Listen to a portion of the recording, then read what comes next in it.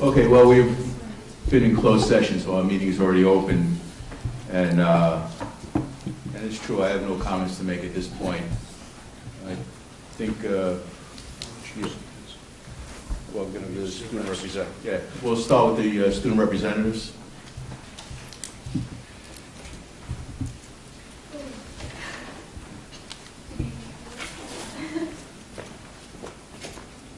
Hello? Okay. This past Thursday, National Honor Society held its annual event called South's Top Model. In the show, a boy and a girl from each grade compete together in a talent section, question and answer section, and a dance performance. All the proceeds were donated to enable West Windsor's Home for Senior Citizens. South's academic clubs are in full swing, with MUN traveling to Washington, D.C. to take part in the American Invitational Conference, regarded as the most competitive conference on the circuit. Our team won Outstanding Large Delegation, or second place, over competitive teams from all over the country and world.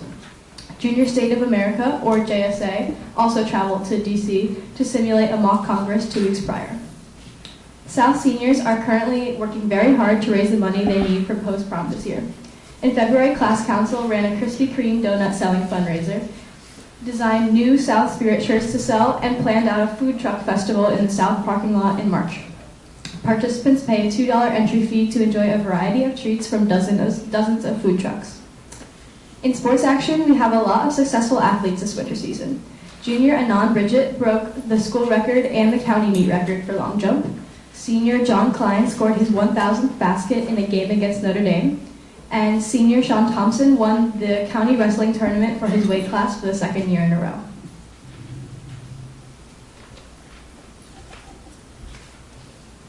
Good evening, board. I'd like to start off by congratulating everyone who took part in the approval and the construction of the new WWP mission statement and goals, since I am very proud of the progress that we've made and that I unfortunately could not make the meeting date. Now, as for North's coming events, this Friday, the 24th, the Student Council hosts the Harlem Wizards and the Aitchison basketball courts in a game against some of the district's favorite teachers. Premiering this Thursday, the 23rd, and closing on Sunday, the Dr. Seuss-inspired musical The Seussical is being performed in the HSN Theater. And similarly to South, many of North's teams and clubs are proving their excellence as Science Olympiad takes first place at the Princeton University Invitational. Senior Chrissy DeCindio scored her 1,000th point on the girls basketball team. The boys track team recently took first place at the sectional championships. And 3 of North's soccer players have signed to universities to play as varsity members. Vincenzo Polglesi at St. John's, Emily Schmid to George Washington University, and Josh Shupak to Farley Dickinson University. Additionally, senior Jeremy Lockwood was recently recognized as a scholar athlete by the Delaware Valley Football Chapter. The boys fencing FA squad recently qualified for the squad state championships, as well as individual fencers Sophia Zhuang, Christina Koch, Tiana Kwok, and myself qualifying for the individual state championships. And finally, the North cheerleading team competed once again at the national championships in Orlando, Florida this year. Thank you. Thank you. Next, I'd like to ask the superintendent to... Is he? Yeah. Dave? Sure. Good evening, everyone. I'm actually going to be introducing a group of students behind me. This is a community middle school Maker Ambassador program with Dr. Nicole Crowley. So who is actually picking it up? So I'm going to turn the program to them as we get the technology straight. So please help me welcome them to the room.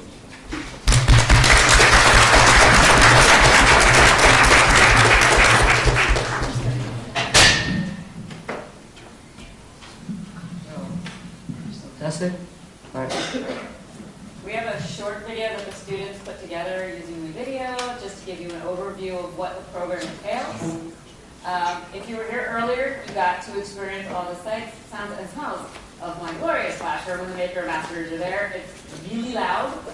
because that's what learning is like. And so the students created this. You know, you can see on a typical Friday what goes on in Maker Ambassadors. We run to the prison room every day because we love being Maker Ambassadors. Maker Ambassadors is where we solve problems in our own way and identify problems that we can solve using design thinking and empathy. We are able to have lots of choices in how we participate and how much we do.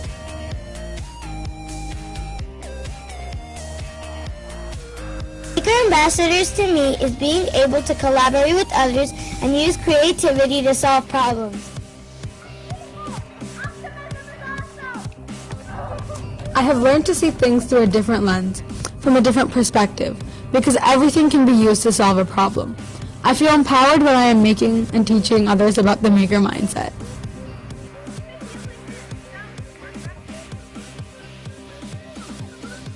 One of the most important lessons I've learned as a maker is embracing failure and not letting it stop me from pursuing success. It's empowered me to push my boundaries and tackle larger challenges. School should provide kids with the opportunity to solve real-world problems, not just worksheets that have only one solution. We as students need to learn that there are many ways to overcome failure and reach a solution.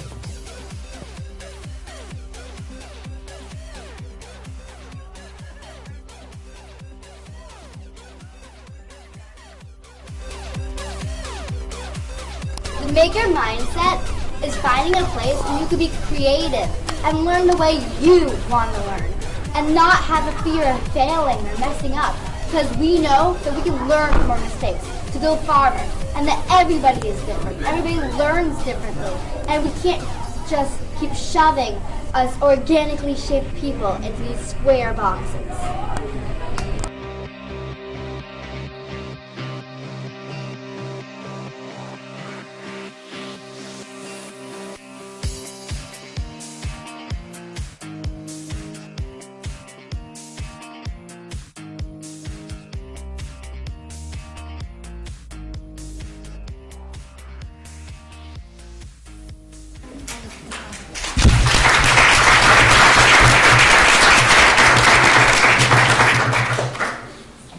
So I just bring our little makers up here because they wanted to give you an idea in their own words what it means for them to have this opportunity.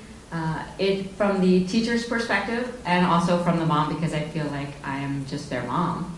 I'm with them so often that they're just my little babies, and having them have the opportunity to come to a place where they can be with kids that are on the same wavelength, that get them. This is a critical time for them in middle school to find their tribe.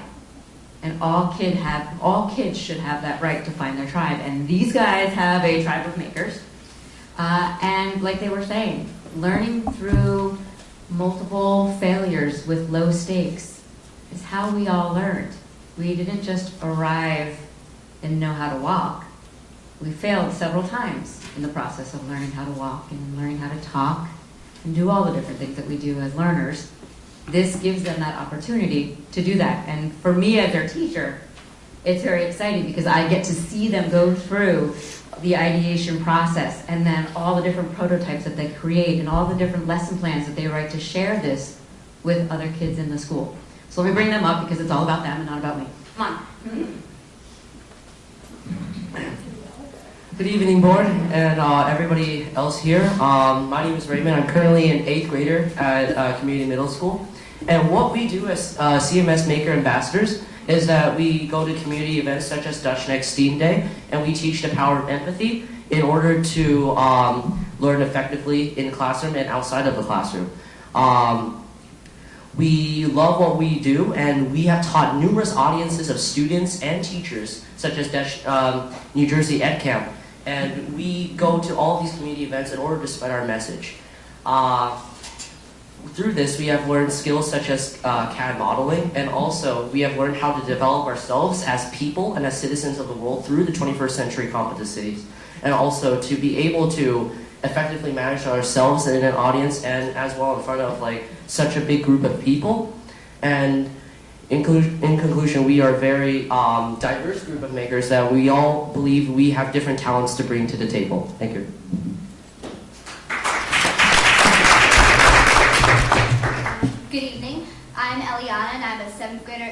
middle school, and we learned so many important things in Maker Ambassadors, but one of the main things we focus on is empathy. Empathy is to walk in somebody else's shoes and not only know what they're going through, but try to help.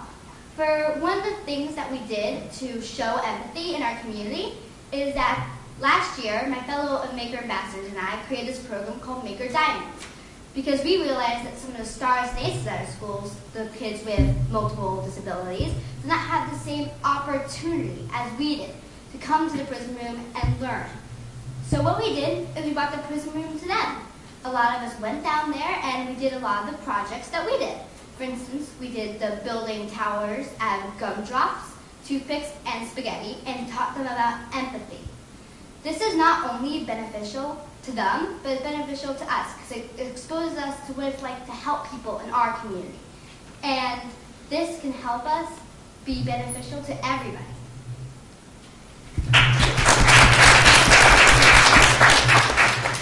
Hello, my name is Shreya, and I'm an 8th grader in community middle school.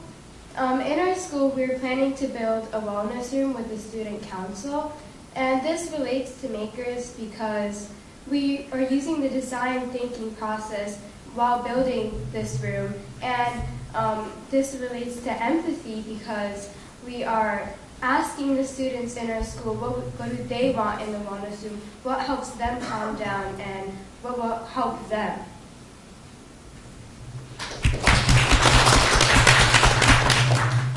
Good evening. I'm Sia, a 6th grader here at Main Middle School, and I want to say that Maker Ambassadors are all different and unique in their own way, and sometimes we don't get to express that, but whenever we go into the Maker room, we can express ourselves and we can be different and we can express our personalities, and this helps us learn new things and figure out problems in ways we would never learn in the classroom.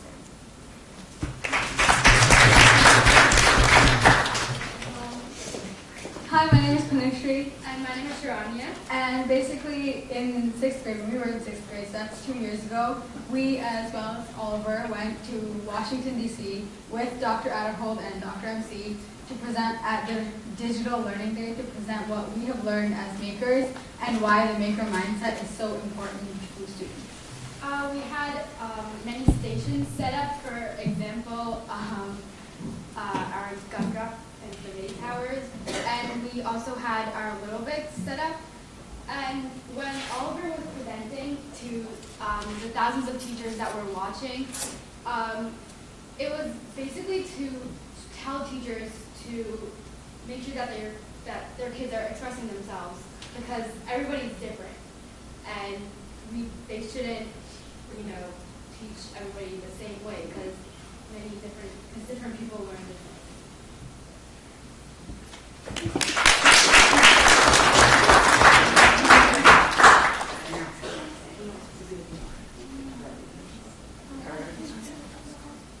They're terrified. They're really shy, as you can tell. If you were here earlier, you saw them. You put their equipment out in front of them, and it's like they're home, right? There's a lot of buzzing that goes on in the classroom.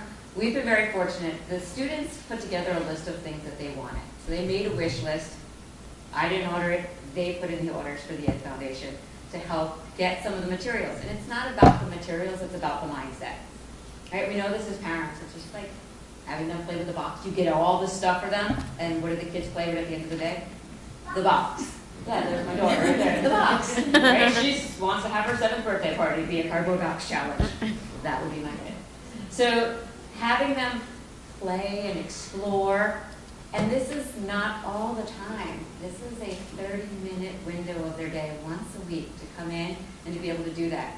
And you should see these children run down the hallway to be able to have that opportunity during the course of their day, to fail over and over again, miserably sometimes, and we celebrate that. In most opportunities that we have to fail, we teach ourselves that it's a bad thing. But in a maker mindset, it's a great thing because we learn from that. And these are our future engineers and designers and problem solvers. We want them to have those experiences, and it's my honor to work with them and to provide them with the opportunity to do so. You good? This is ready again. So just one last thing to close out for the evening. What we are doing in the Prism Room as Maker Ambassadors is that we want to leave an impact upon the people which we present to. We want them to experience what we experience as well, such as at Dutch Next Theme Day. We want them to learn what it's like to be in somebody else's shoes. We want them to know what it's like to be a professional standing up there on the stage, presenting in front of thousands of people. We develop ourselves as people while also helping others develop themselves through the 21st century competencies and through what we have learned throughout the program as Maker Ambassadors. We develop ourselves while also bringing other people up as they are also learners. We are all in this process together. Like, the point of life is to always keep on learning, and we embrace that as well. We continue this legacy. Like, after all the 8th graders have left for high school, we want to leave on a legacy as well. We want to develop a program full of young, talented people that want to be people that make a profound impact upon other citizens of the world. And that's what we are all about. Thank you.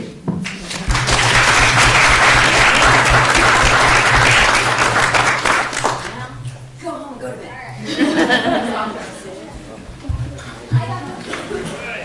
Thank you very much.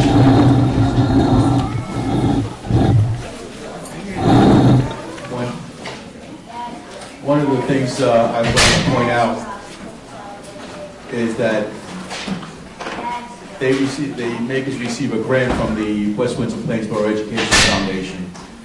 And if you don't know them, they are a fundraising group that sponsors a lot of good programs in the district. I would ask you to support them. They have a number of campaigns over the school year. They are a worthwhile organization, and they do provide good programs to students.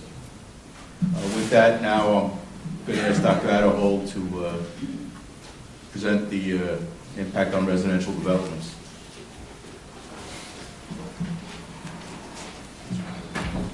So, good evening, everyone. Before I get started, and I know the kids have left, but I also want to just echo what Tony said about the Ed Foundation. It's a small group of 8 or so members of our community that work hard at raising funds for our district schools. On May 13th, we're holding our first district innovation fair at High School North from 10 to 3. That's open right now for any student to apply, teachers as well as community members to do presentations. You have to apply, and then based on the number of applicants, the Ed Foundation will go through a screening process. As of Friday, we have over 50 students so far applied to present on the 13th of May.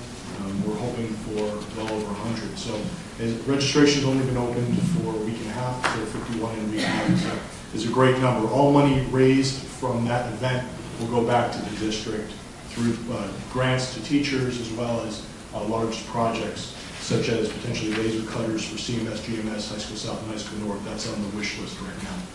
So again, I hope everyone's able to come out and support us on the 13th of May. So tonight's presentation is on the impact of residential development, but many people might be thinking that this is going to be a Howard Hughes heavy presentation. And while I'll speak to the Howard Hughes project, there's actually at least 8 other residential projects in the works that I will speak to tonight that some have earlier impact on the district than the Howard Hughes project. That's an unknown project at this time. Has a long way to go with the council and with the planning board. So what I'll do is I'm going to take us through what is more in the immediate concern and then take us through the projections. So what's pending or what's been granted approval. And there are 4 properties between West Windsor and Plainsboro that we're watching and that we expect to have student yield from. The first one that I want to touch base on is Princeton Terrace, the Princeton Theological Seminary. This is also known as the Woodstone Project. So many know the seminary and housing right behind Market Fair in West Windsor. Seminaries built new homes for the students, tore down the home in the front where the seminarian students had been. There's now looks to be an agreement based on the concept plan that was submitted to the planning board back in August for the property to be redeveloped for a 75-year lease for the developer. Developer's concept plan is for 443 units, coming to yielding students to Hawk, Village, Grover, and South. That'll be a theme, so watch that. As early as 2019, September 2019. Now, from the perspective of number of students coming, or in the timing, this is zoned appropriately, so it doesn't require any kind of zoning change. The developer is working with the township officials to meet all the requirements set forth based on the concept plan review. And based on the township staff and what they're stating, June, July, they expect approval. If that is approved, based on the staff's statement, we're looking at 443 units by 2019. Now, it could be phase one, phase 2-year phase. Princeton Terrace, which is our last known development that came in, took 3 years to build out. That's yielding currently 0.84 students per apartment. If we hit the 0.84 that Princeton Terrace, we can expect a projected 372 students. Now, that doesn't mean that all 372 will go to Hawk, but the sending area is Hawk Village, Grover South. The last, again, major apartment complex that came in is, again, Princeton Terrace. When we broke those numbers down for this school year, it's sending 40% K3, 20% 4-5, 20% 6-8, 20% 9-12. Again, 2019. Next one's the McNeely property, otherwise known as the Toll Brothers property. This has been approved. We expect 50 students out of the 51 townhomes and 40 apartments. That's in the projection of the developer.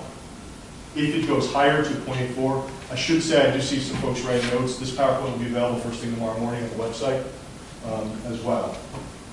So again, it'll be higher if it's at 0.84, but based on the developer's projections, 50 students. But there is another 72 for Project Freedom, disabled vets. A little harder early on for us to project this. We were guided to Hopewell, which has a very similar 70 unit Project Freedom development. They're receiving 50 students out of that development. And we were encouraged by town staff to follow what's happening in Hopewell. So we're going to project 50 students there. The 192 extended stay units, we don't anticipate any students really coming out of that. That's more for like corporate relocation, long stay, corporate housing. It's not typical that those units are used for families with children. So again, McNeely, we're projecting 100 students out of this property.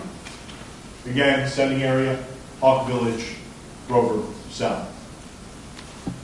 Ellsworth Center, this is off of Princeton, Clarksville Road, right, 571. This is the Dunkin' Donuts, right there. This is apartments over retail, 12 units. Excuse me, 20 units, 12 kids. Hawk Village, Grover South, or Hawk Village, CMS North. So this path is, and we have to take a look at that area. Houses in there or apartments in that area, send either way, CMS North, but again, 12 Hawk Village. So from those 4 properties, we also have Plainsboro being the 4th. We have the Forestville Village. Forestville Village has been approved 394 units. At this point, they have not begun construction. Right in here, we have 229 one-bedroom, 20 studios, 135 two-bedroom, 10 three-bedroom, 50 co-op signed affordable housing units. Based on they're suggesting 58, again, based on the developer's projection. I don't anticipate that this one is going to yield many more students on the one-bedroom, but we're going to have to monitor the two-bedroom and three-bedroom to see if it yields a higher rate. Again, if it yields 0.84 like Princeton Terrace, we're looking that 58 would jump. Difficult here, Wyckoff, Millstone River, CMS North. Wyckoff is at capacity as of next school year. We have a growth second grade. We at that point have 0 classrooms to put anyone in. In fact, we're moving kindergarten extension out of Wyckoff to Dutch Neck in order to accommodate kindergarten extension in the district. And we have 1 room left that's being utilized for special education students. And that room needs to be there for special education students, so we need to find another room in the district to do so. So Wyckoff, the Millstone River is over 1,000 students now, grades 3 through 5. And if we go through Millstone and we were to walk room to room, there is not one open room in that building. When we made the transition to this facility, we moved all the adults out of classrooms that were using classroom space for offices or professional development, and we've utilized every large group classroom space possible for classroom space for students. So Millstone River is at a point where Millstone River is at capacity. 1 additional classroom, well, and please remember, when I say at capacity, at classroom capacity, you can increase class size. Right, so there's 18 sections in 5th grade. Every class, we can just, if we get 36 new kids, every class can go up by 2. But how long does that work before you're sitting with class sizes of 27, 28, 29 across the board? So we have to monitor the impact. So if we just take these 4 rooms, or these 4 facilities, excuse me, you're looking at 484 for West Windsor, 542 for the district when you add in the Princeton Forrestal at full build-out. Full build-out at this point across these properties will most likely be 2019, 2020. So when we're looking at these developments, if we take the 40%, 20%, 20%, 20% formula and look at that 484 and say 40% of that is going to go to Maurice Hall, now you're looking well over 160, 176, 180 kids. I was at instructional rounds at Hawk today. And I know walking through the facility, there's not just simply open rooms at Hawk. There is 1 room that I know we can use differently. But there's 3 staff members who are going to be displaced to use it differently. So it's not like we're just sitting the doors shut, taped, and being held for future growth. If you add 180 students to Hawk, we have a significant issue. Now, if we go back and we look at 2010 or 2011, we had higher enrollment in Hawk, and that's true. But we also use the building differently. In other words, certain programs that are there today were not there in 2010. The elementary music program is different. So now we need an extra room for music today that we didn't have back in 2010. So there's capacity, there's functional capacity, which is square foot divided by a certain ratio, and then there's utilization, how the district is using the space. That's a very different number when you're talking about capacity. Maurice Hawk currently has 9 sections in 3rd grade, in 2nd grade, and 8 sections in 3rd. What's coming behind is 9 and 9. So we project a growth in 3rd grade next year, which means that 1 classroom that I referenced would be available to squeeze is being taken by a growth 3rd grade next year. So again, when we look at utilization, we'll have 9 sections of 3rd next year, 9 sections of 2nd, 9 sections of 1st. Anything beyond that requires starting to dislocate staff. Where language is already on the cart. Art, there's only 1 art classroom, so it's not like we can dislocate art to a cart. It has a kiln there. So there is certain functional utilization of the rooms that we can't alter. Once again, you start looking at special education programs is using some of the rooms, but we have to provide space for all students. So next portion of the slides and the projections gets into some impact from something called COA, or the Council on Affordable Housing. So just one slide to just sort of give an update. Some folks saw it in the newspaper about 3 weeks ago. Supreme Court of New Jersey issued a ruling on the COA decision. This is a case that's been outstanding about the gap years and the question about are municipalities responsible for the gap years, which I believe are 99 to 2015, with our affordable housing obligations. Supreme Court ruled in favor of a fair share housing, and he said, yes, you are, and all the townships and municipalities are now responsible for adjusting to the additional obligations. So if we back up a step, going back a couple of years, and going back to last December or November, I believe it was December, all municipalities had to submit a fair share housing proposal that the the court, fair share housing, the municipalities have to come to agreement on it. To my knowledge in West Windsor, that agreement hasn't happened at this point, and to my knowledge in Plainsboro, that hasn't happened at this point. Plainsboro knows what their obligation is, and last I talked to the township staff in West Windsor, it was still being determined. So I have not heard a final number of obligation in West Windsor at this point. I will say, though, that there are several properties that were in the township submission that we need to be cognizant of because they've been approved by the council for the submission of the original COA plan.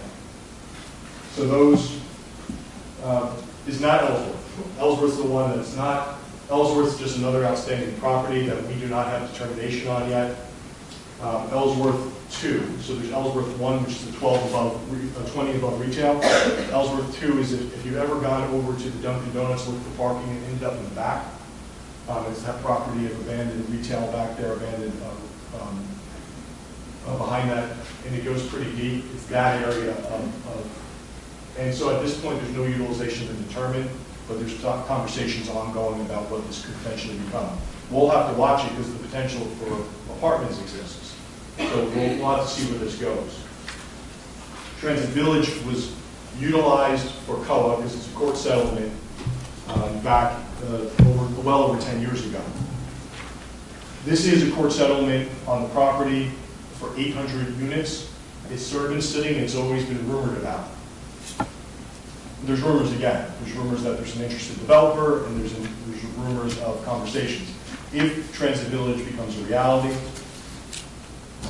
it is already, again, court appointed for 800 units, 12.5% set aside for affordable housing. That's another 100 units for affordable housing.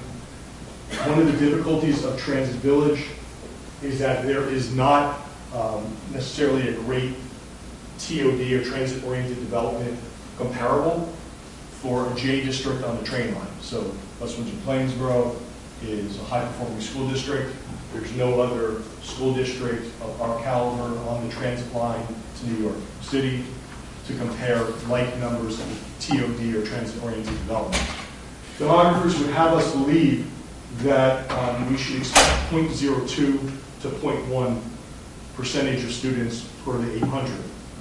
And I have a lot of difficulty believing that in West Windsor-Plainsboro, 800 units are going to come on board, and we're going to see 16 students. I don't believe it. I don't believe that the lack of playgrounds would deter families from trying to move into a good school system, into a great community. So how do you project that? Stan Katz, a long-beloved board member who was our essentially district demographer long ago, he gave a recommendation back in 2008 to the council that said, well, if we look at 224, so 224 is essentially what Windsor Haven produced at 0.28.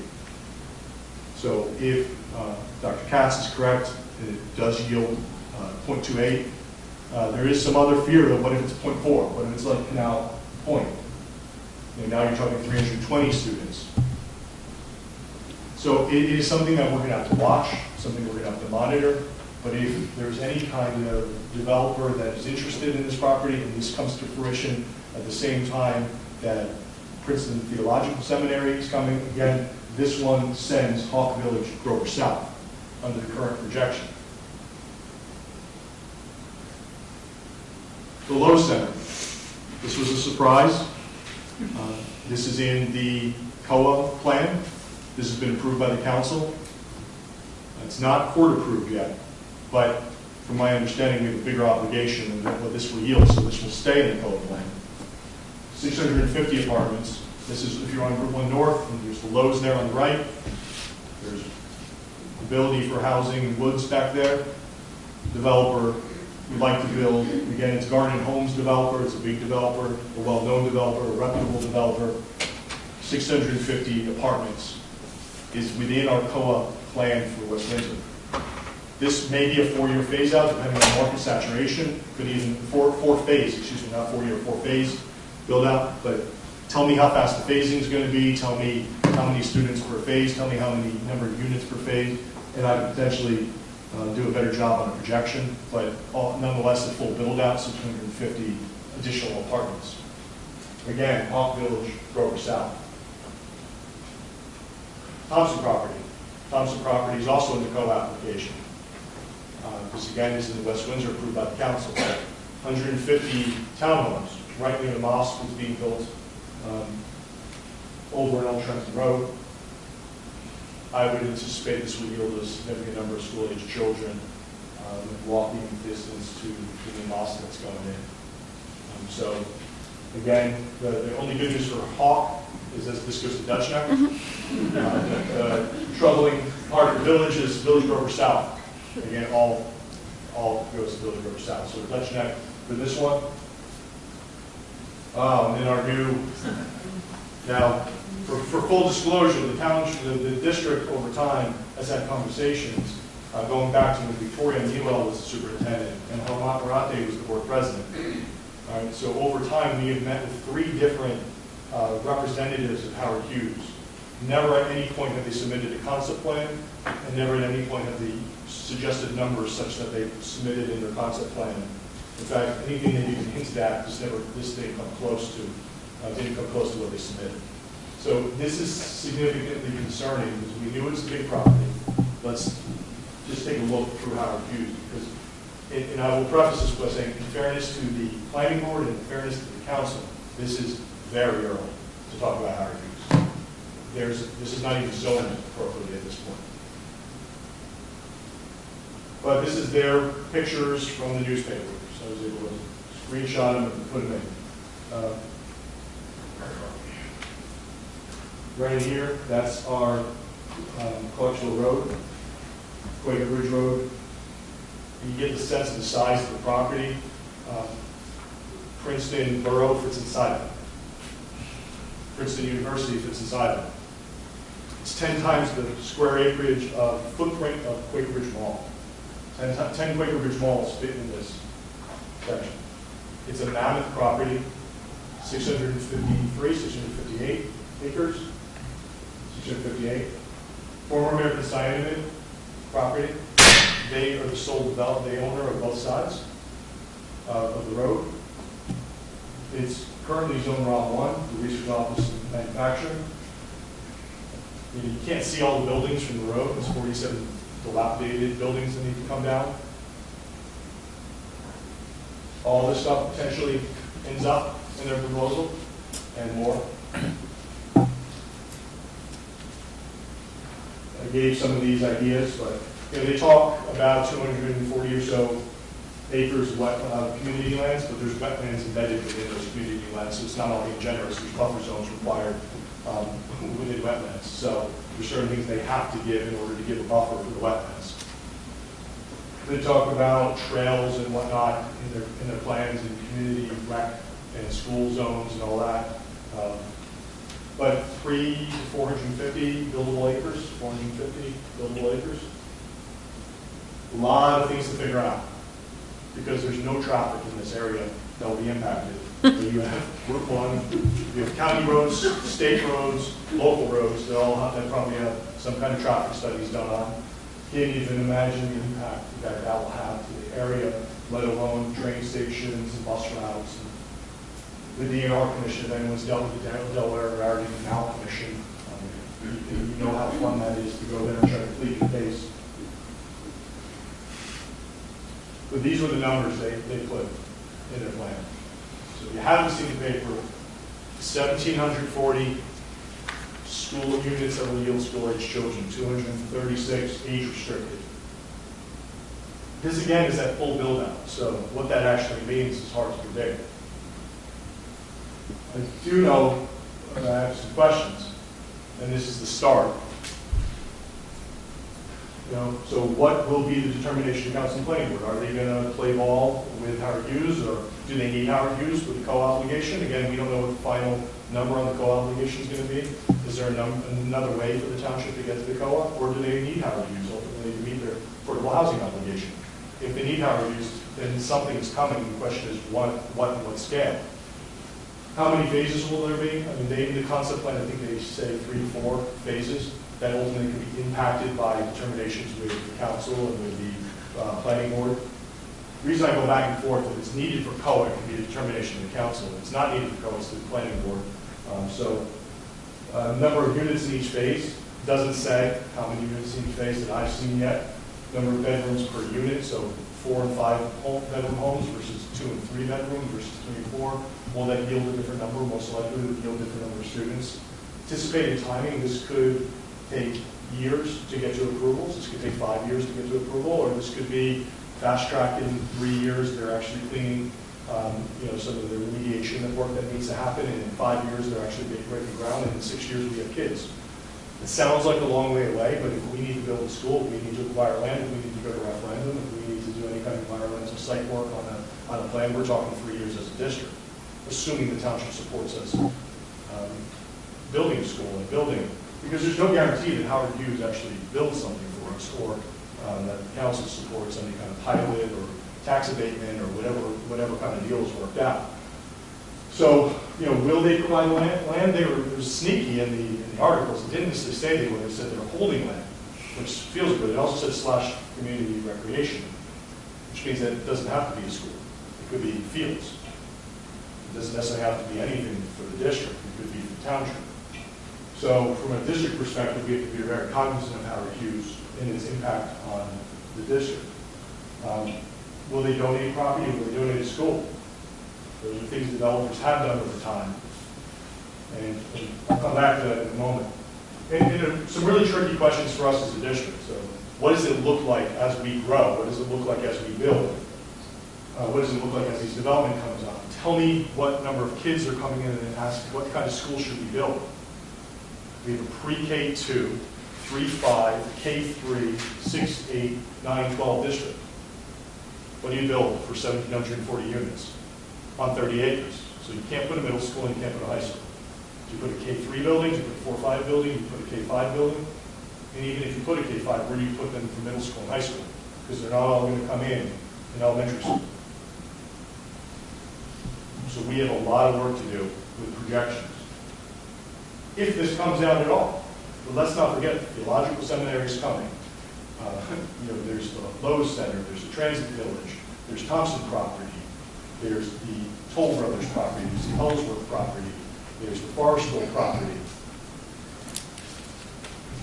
So the mayor, and I've been quoted in the paper enough to know that most likely the important part of this quote about the value of the school district got cut out of the quote. But the main interests are open space preservation, good traffic plan, improved buses. That was after he talked about valuing schools, I'm sure. And the mayor stated 20 to 50-year build-out in WWP News. I broke down and read it. It's been a while. But the Trenton Times yesterday said, Howard Hughes said 15 years. So what's the plan? Howard Hughes' concept plan is 15-year build-out. The mayor's believe is 20 to 50. In any meeting the district has had with Howard Hughes, they've talked about 15 too. Obviously the market, the saturation point of the market will help control some of that. But if they are thinking of 15 years for full build out, and it's 3 years plus for site work and preparation and laying roads and putting utilities in, and then starting to build, what's the impact? Well, I'm happy to say that Howard Hughes says that the concept plan is a positive annual impact to the municipality and regional school district. I'm not sure what that means and what they envision that to be, but there's going to be something positive coming our way, so I'm glad to know that. Now, I completely disagree with their numbers, and I don't know their methodology, but 588 to 988 at full build-out, they must be going below our lowest projections that we've ever used in order to get 588. So if we go back to the demographic reports, if we go back to Stan Pantz's old numbers, there's no number I can use that gets me to 588. So this is quick math on Sunday. But what I did was I looked at I had some of the ratios coming on the future slides. So you guys can play with it, and it's on the website. But 30.37 per apartment in West Windsor is the lowest average yield. .18 is the lowest average yield we've ever seen for townhomes, and .73 is the average for single-family homes. When you take those rates against the number of units for each category, and you multiply it out, and then you add the three together, you get 742. So at the low end, quick math with no phasing, not knowing the timing of all this, a full build out, 742 quick Sunday afternoon math. Taking the average ratios, 1132. And taking the high end of ratios over time, we're at 1579. Changing one slight factor, that if we match Princeton Terrace, 0.84 instead of the 0.74, it's an extra 100 students. That's bigger than High School South, current number of students. So now you take this, with Transit Village, with Princeton Terrace, with Lowe's Center, Thompson property, with Ellsworth 1, with Ellsworth 2, potentially, with Forrestville Village. There's one of the Plainsboro coming in a minute that we know of, with Mineola, Toll Brothers. You add all that together, you're over 3,000 students.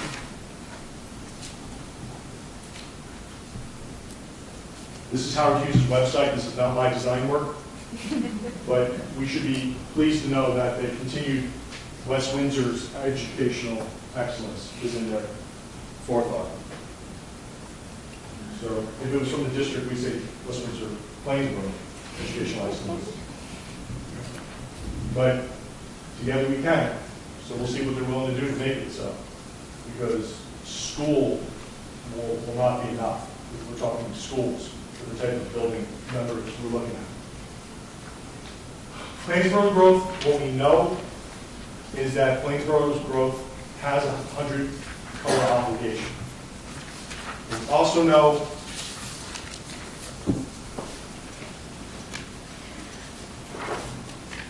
from their housing element and fair share of Plainsboro Township, April 2016 memo, is that they have identified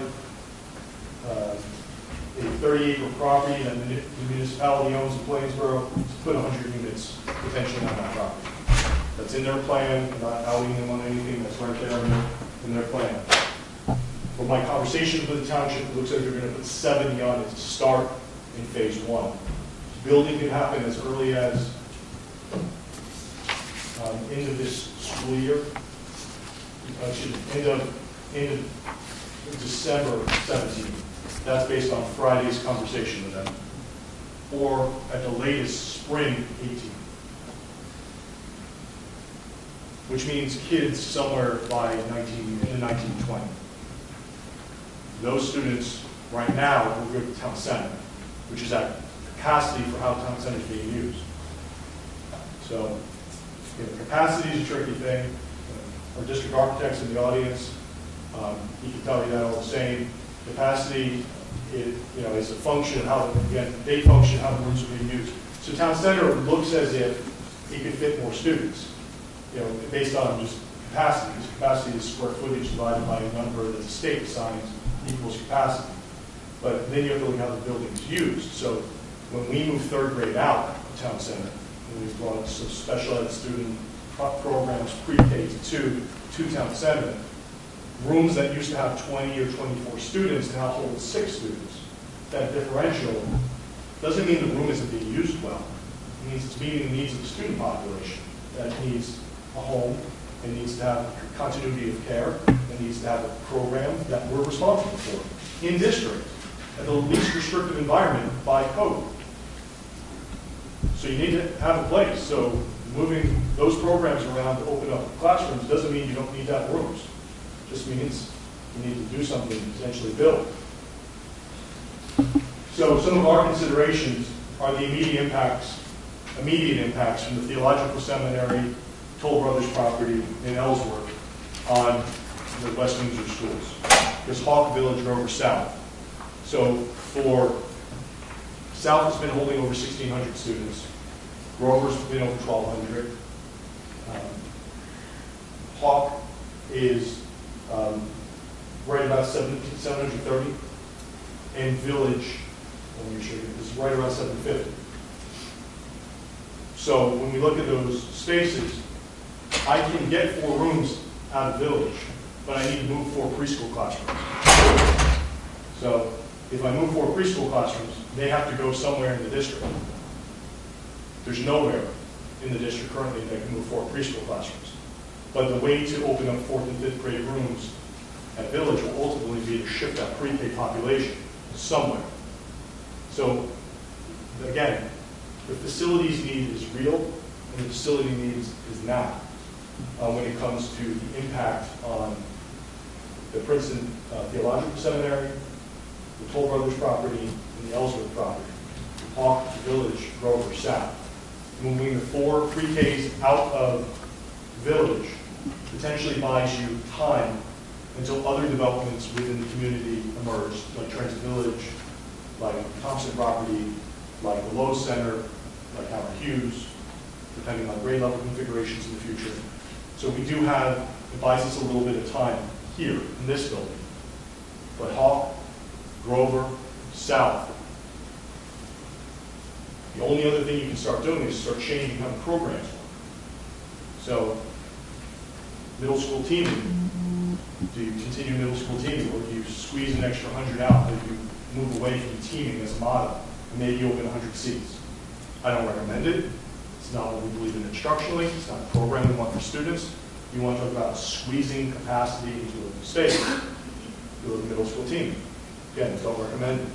High school south, maybe you can fit 1650 to 1700, but it's going to have an immediate impact on things like lab sciences, lab math.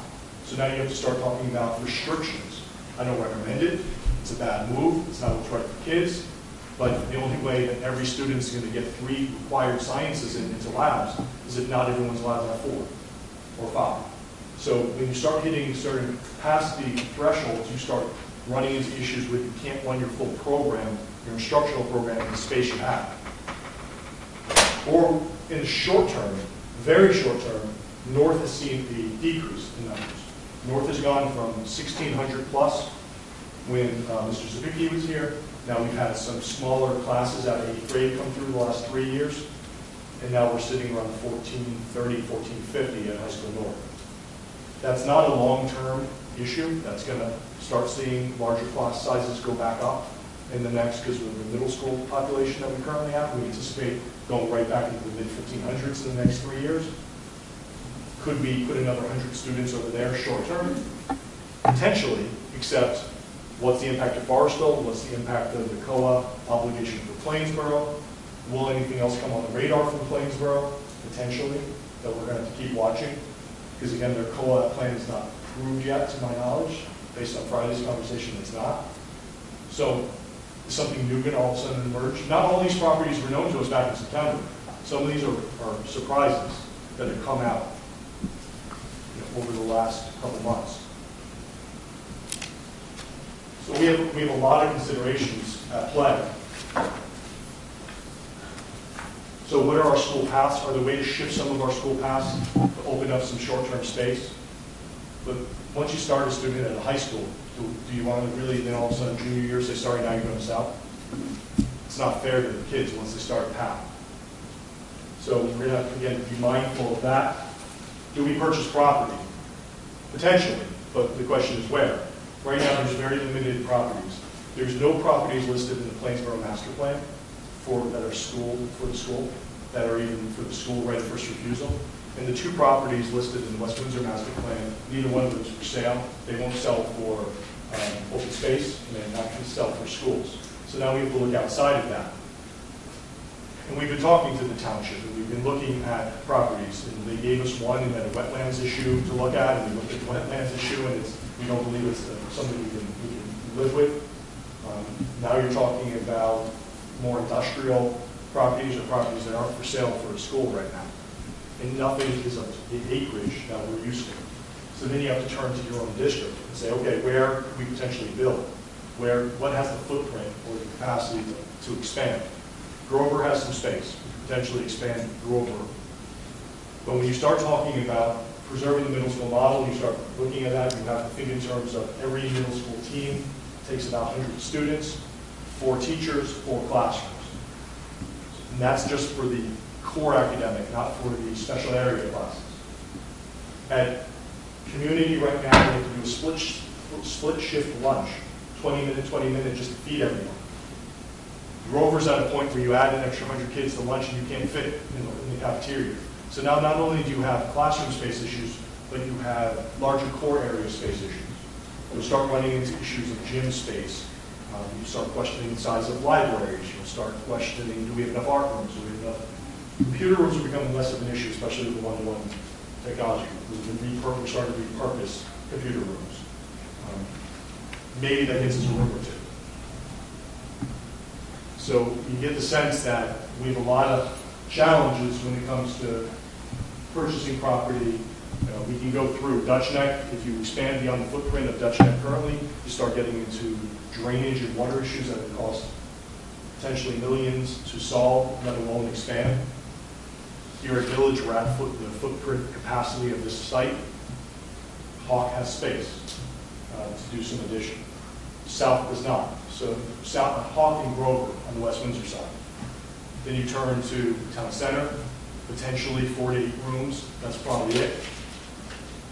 North has some space. The river has some space. Community, no.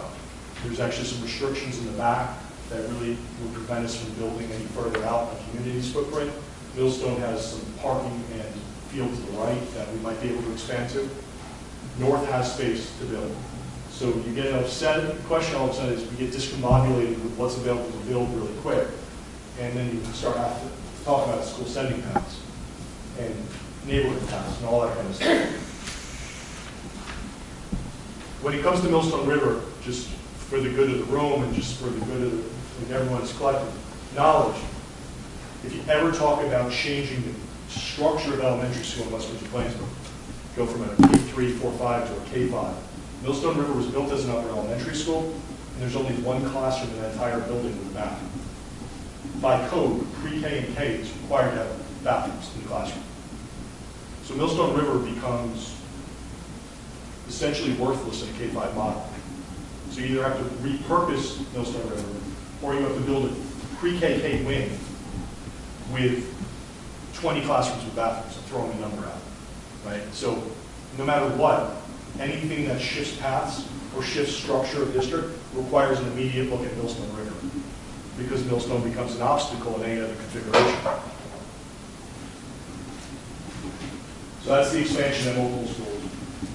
And will we need a referendum? Again, it's probably a when will we need a referendum question, and how many, or how many facilities, or how much time. And that's a product of some stuff we need to get a little bit more information on, and other things we do today are coming our way that we need to address.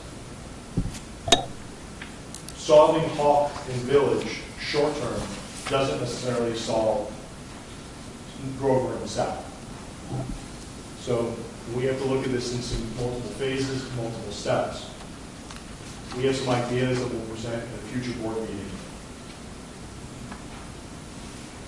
At a future board meeting, not tonight. Tonight we sort of laid the foundation for the growth, some of the concerns, to try to raise awareness beyond the rumored Howard Hughes property, and for the website, and then it's more just so you can see what these are. The next couple slides are. This is going back using the old Stan Katz projections. So for townhouses, with affordable housing without, apartments with and without, and different ratios. This is for a demographic study for West Windsor. Get your high, low, and average for different types of housing. Getting to be on the website tomorrow morning. That's just the same thing, just written a different way. I like to see it better this way. Same thing for Plainsboro, just historical numbers. And again, Plainsboro is written a different way, the same numbers. So it's a lot to take in. It's a lot of potential questions on the table of what do we do and what steps do we take as a board. So that part concludes my presentation on impact of residential developments. Does any member of the board have a question? Louise? just to make it even more complicated, I'm just curious if the yield rates on houses changes based on their age. So like in my development, everybody moved in with either little kids or kids, and as the development ages, our yield is dropping. Is that something you've had an opportunity to consider? Not fully. We did do a demographic study back in 2012 by statistical forecasting, Dr. Richard Grip, and he did a housing turnover analysis. So it will be a question as new property comes on the market and maybe older developments start having retirements and folks starting to move maybe to lower size apartments, townhomes, homes. What will happen with those turnover? What we do know is every time something comes on the market, it seems to fill with a new family sending kids our way. And the Princeton Terrace property, again, 0.84 yield of 360, 380 kids coming out of there as of the beginning of the school year. So it's something that I actually talked to Dr. Griff last week, and Mr. Guthi, our district architect, and I are going to be speaking to him further about possibly working with us to take a look at updating some of those formulas, because we're going to definitely need some assistance in preparing and talking about these calculations long-term across the entire district.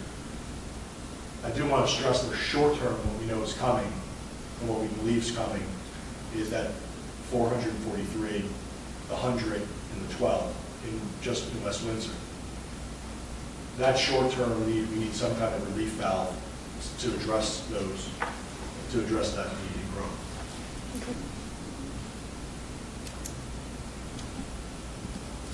Okay, thank you. Thank you, everyone. Okay, we'll make sure we have this up tomorrow on the website. Thank you, everyone.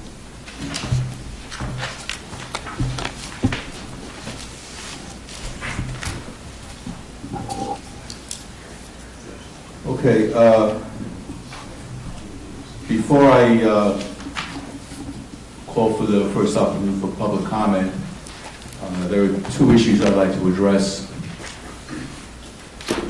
First, at our last meeting, we had a presentation from the Strategic Planning Core team, followed by a discussion and vote adopting goals in the new mission statement. I want to talk about the merits of those goals tonight. That issue was debated, people voiced their opinions, the vote was taken, and now we're moving forward. However, I'd like to discuss a troubling aspect from the debate itself.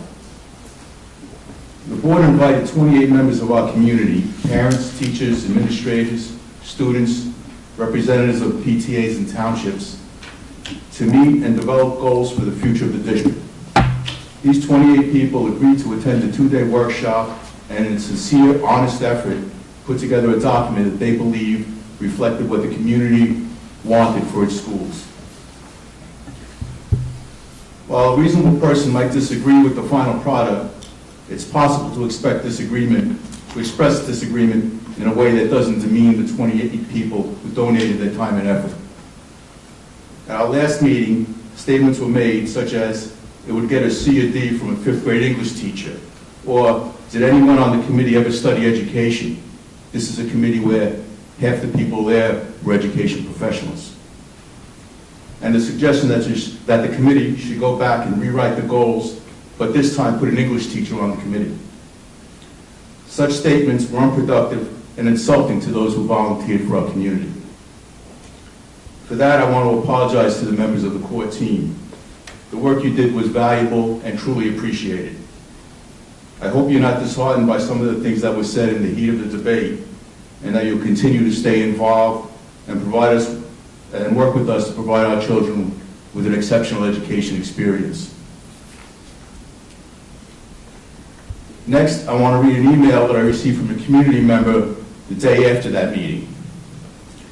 While the Board of Education was copied, the entire board, it was addressed specifically to me and Michelle Cage. And I'm quoting the letter. Last night, I was disgusted by your behavior. First, you were bullying your way to proceed with the vote at any price with no regard to other members of the BOE and members of the community. Mr. Flores, your words, and there was a tape to back me up, were, words do not matter, and in 10 years I have never read the mission statement. That proves what type of BOE member you are. When you say that you care, it is just lip service, due to the fact that you could write in the mission statement that pigs fly, as words do not matter. Ms. Cage, the fact that you kept insisting to push the vote for the 3 strategic goals is plain and simply acting as a bully, not allowing the community to participate, showing a lack of transparency, and having no respect to the public comments that were done that day. It shows how incompetent you are as a member of the BOE. Next time that you say that there is transparency and that I listen to the community is just a big fat lie. Why were these goals not presented as draft and allowing the community to have a say?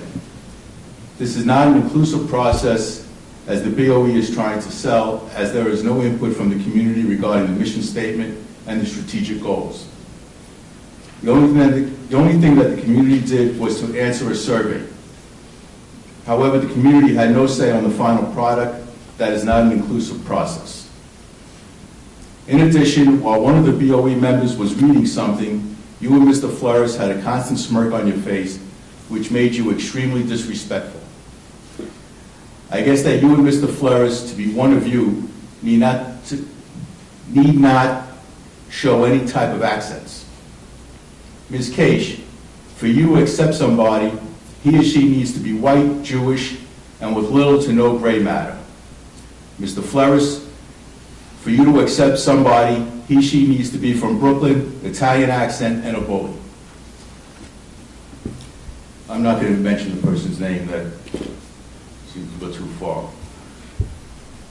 With those closing statements, the writer makes unsubstantiated accusations implying racial and religious motivations on the part of board members.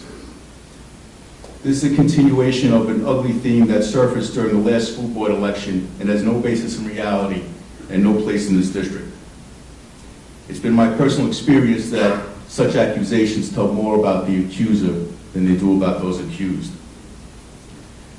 Nevertheless, this email is fairly typical of the ones that have been sent to the board by this writer and a small handful of others over the past year.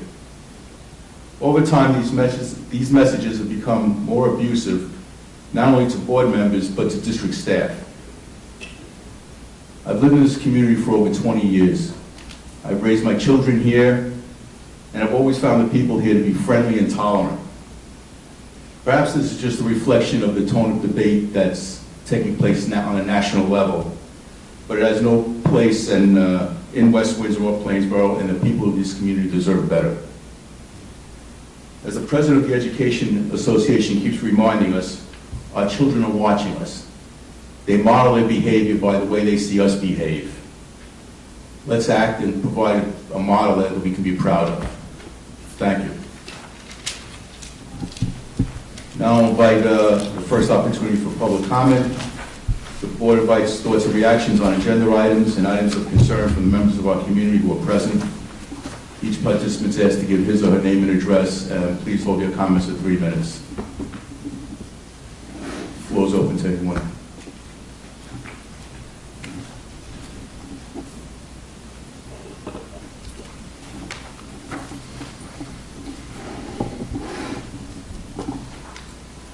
Good evening, Lisa Friedman for Woodland Court.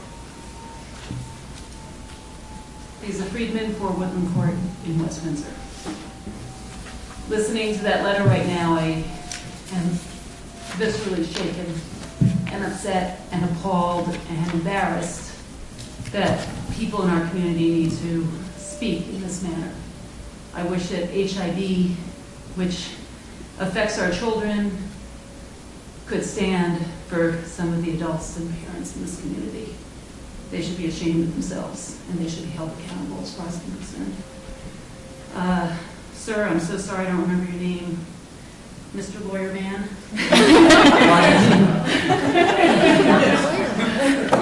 That's quite all right. I have been called much worse. It's good when we don't remember his name. I also am embarrassed by how you were treated at the last meeting. I think that was ridiculous and sad. And on the other hand, on another note, some feedback which has nothing to do whatsoever with any agenda items, as I tend to do. I just want you to know, curriculum committee and so forth, Dr. Adderhold, that I've been speaking with teachers and parents asking about the repercussions of the restructuring of the A&E program and so forth. And I can tell you that everybody that I have spoken to, which is a number of people, are very, very happy. The parents and the teachers, their children are being taught in a stratified manner. They're being addressed in terms of their needs and their educational needs in math and so forth. And it's clearly working, and great job. Mr. Shannock, regarding your resignation, we've taken another vote and we've decided not to accept it. I think you have been amazing all these years. I have sat through many of your presentations and have fallen fast asleep in every single one of them, so I know you're doing a great job. But I'm really sorry to see you go. In any case, things as far as I've seen in the school this year that I'm involved with, which directly are South and Grover, things seem to be positive. There are people in this room that said that I'm too rosy and too positive about the way things are in the district, but I like to talk to a lot of people and see what's going on and look at the broad strokes and the big picture. And while there still are things we need to work on, things seem to be going very, very well. And Dr. Advold, my brain blew up listening to all that. So good luck with all that. We're behind you, and have a good one. Thank you very much. Thank you.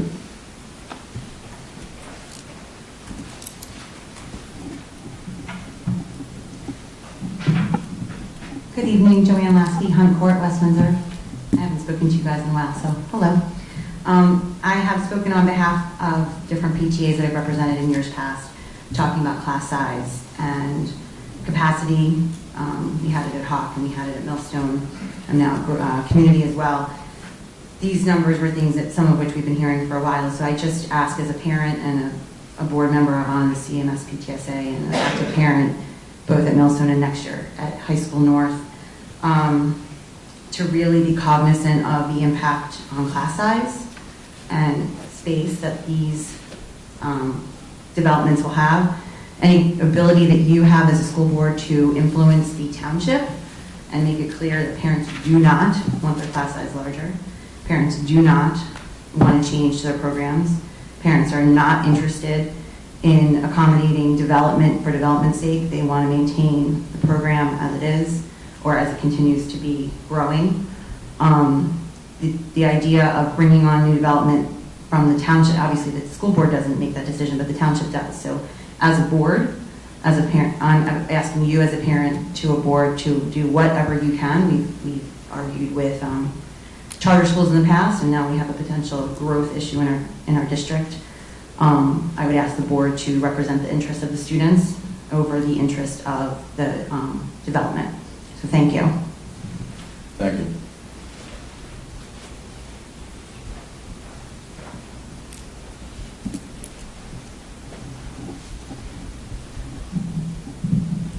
Members of the board, everyone here.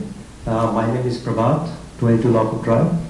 I have two sons in the school district, a 6th grader and a 4th grader. And the previous speaker talked about the A&E redesign and talked about that she talked to a bunch of parents. In fact, she said a lot of parents and everybody seems to be pretty happy with how the redesign has taken place.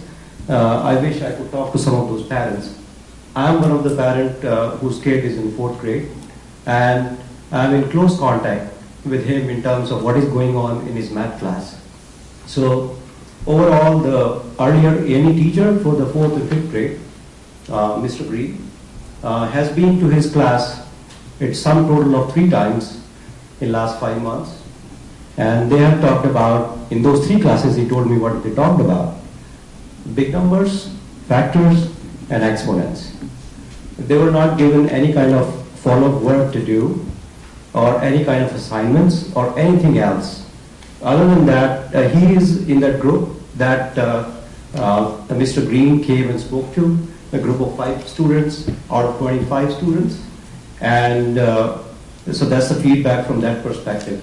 That is a total sum work that has been done from the A&E enrichment point of view.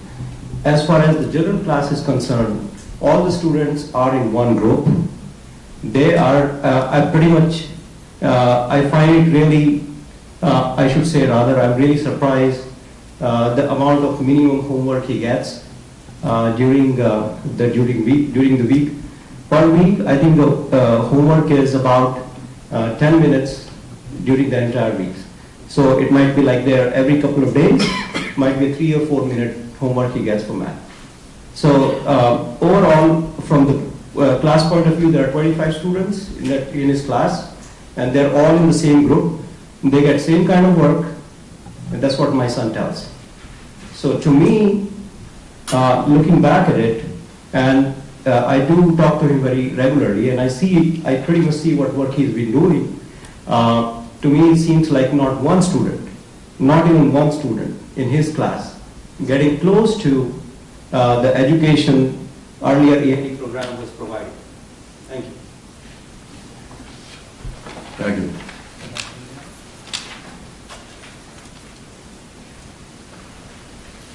Hello. Sandra Favor, 3 Brookfield Way. Over the years, I've had the honor of being on actually quite a few school boards and PTSA president as well.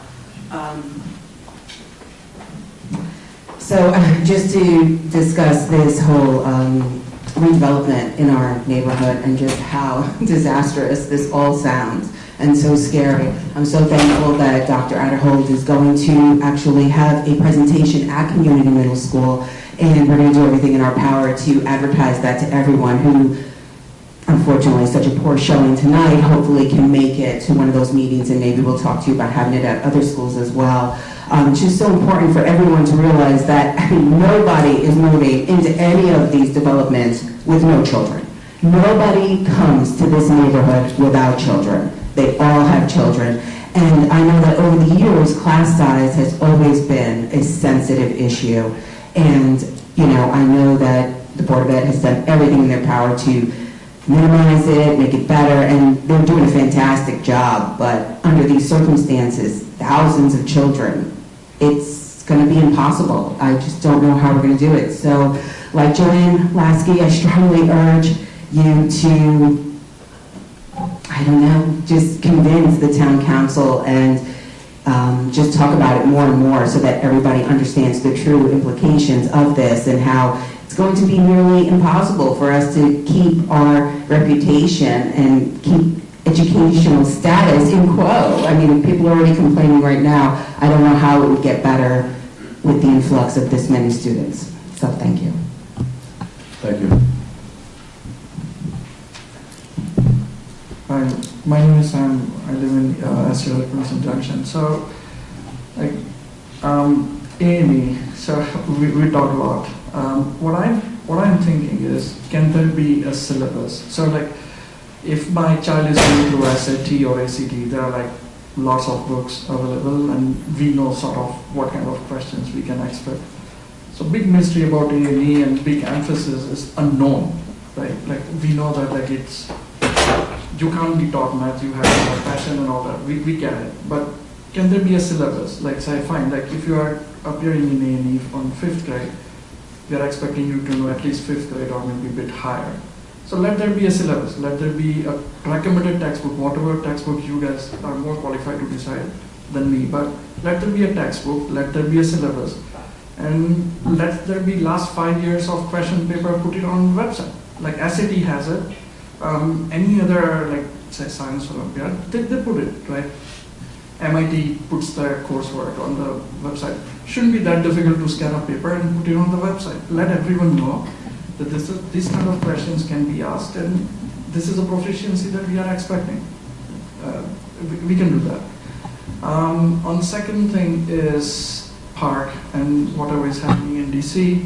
I don't want to talk more on that, but I just want to know your feedback that if assume that park gets deprioritized or deprecated, what will be, are we going back to NJ Ask? Are we thinking differently, or what should be our plan B if PAR gets deprioritized. And final thing is coursework. I know that we are putting more emphasis on science and math and STEM, but is there a possibility that knowing the influx of the kids coming in, can there be a magnet school? Like other school districts have it. I know that Princeton doesn't have it, and we are doing top 10 almost everywhere, but can there be a magnet school where you can only have, let's say, 100 students, 150 students, and which will alleviate certain projection anxiety that we all have? So these are my questions. I hope that you will address it. Thank you.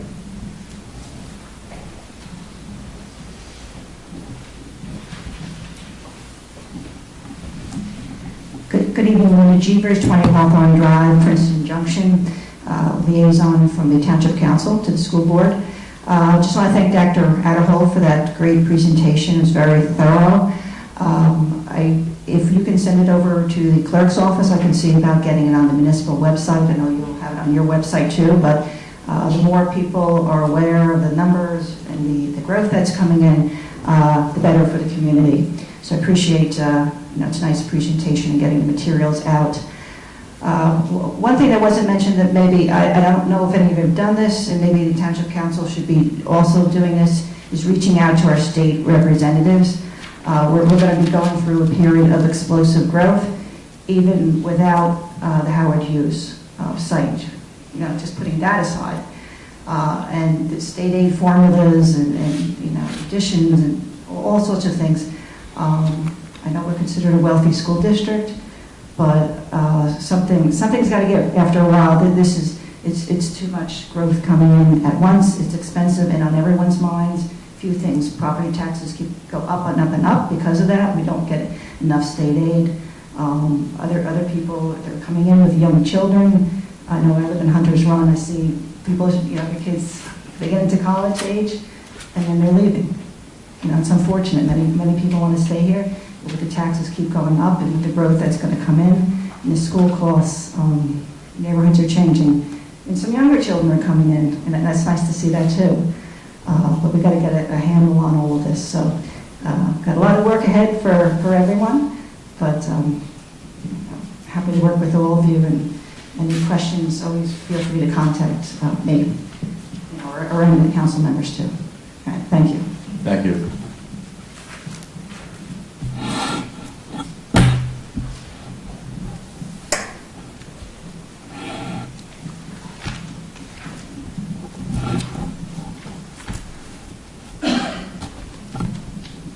Thanks. How you doing, Gordon? My name is John Matson. I have a son who's is in 9th grade, is going to High School South, and my daughter is in 7th grade. She's going to Grover Middle School. I'm here today. I just wanted to present a program that we had in Newark Public Schools. My background is I worked in Newark Public Schools in the superintendent office a few years back. I was the executive assistant in charge of performance. And we had a program there called the Progressive Science Initiative. I don't know if any of you are familiar with it. It's run by the New Jersey Center of Teaching and Learning. We had very good success with it.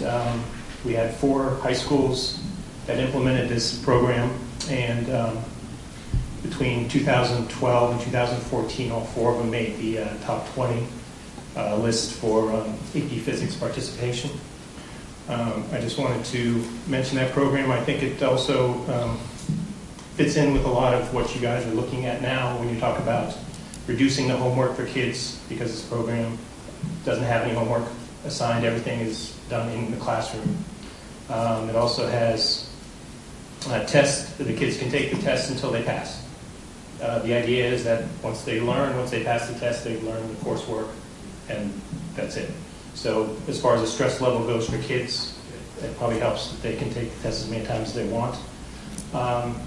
It did a lot of other things for us as far as the back office goes, as far as moving teachers around and things like that. But I think the curriculum is nice, and I think you guys could benefit. Newark has a very high population of at-risk students, and we did very well with it. So I think You guys should probably have some good success here if you guys want to try it.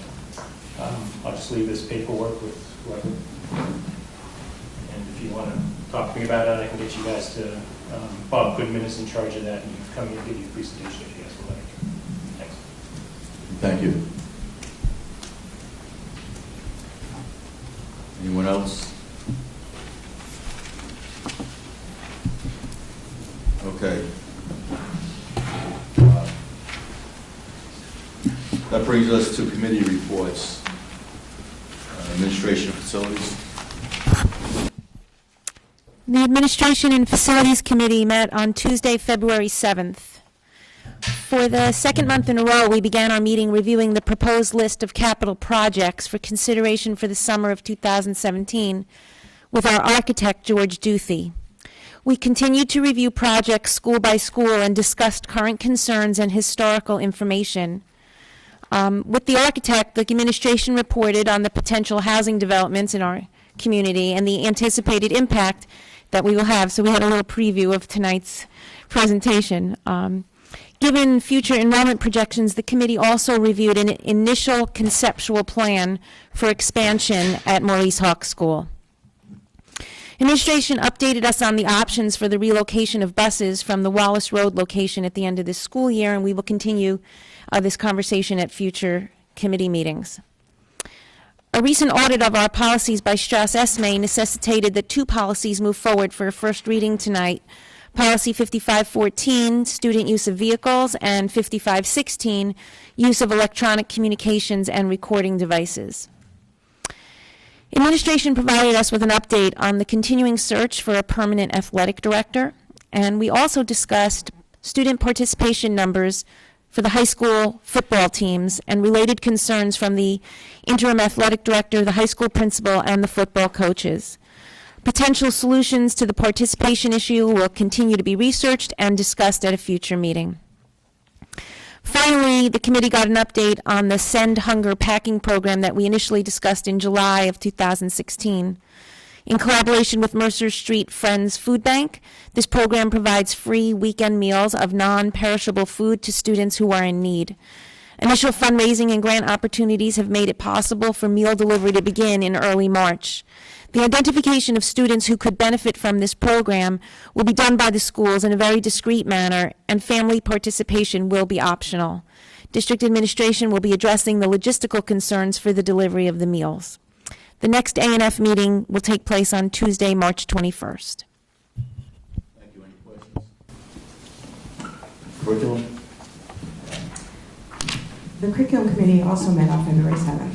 We reviewed the work that has been undertaken to date on the redesign of the Grade 4 math program. This included a review of the content of the Summer Math Institute, the work of the Teacher Resource Specialist for Math, as well as the purchase of additional materials and resources. The committee was also briefed on the preliminary discussions that have taken place about the establishment of new criteria for entrance to the accelerated sequence of math courses in the middle school. Next, the committee examined a draft report outlining the research on dual language immersion programs and began to discuss the issues surrounding the possible offering of this program.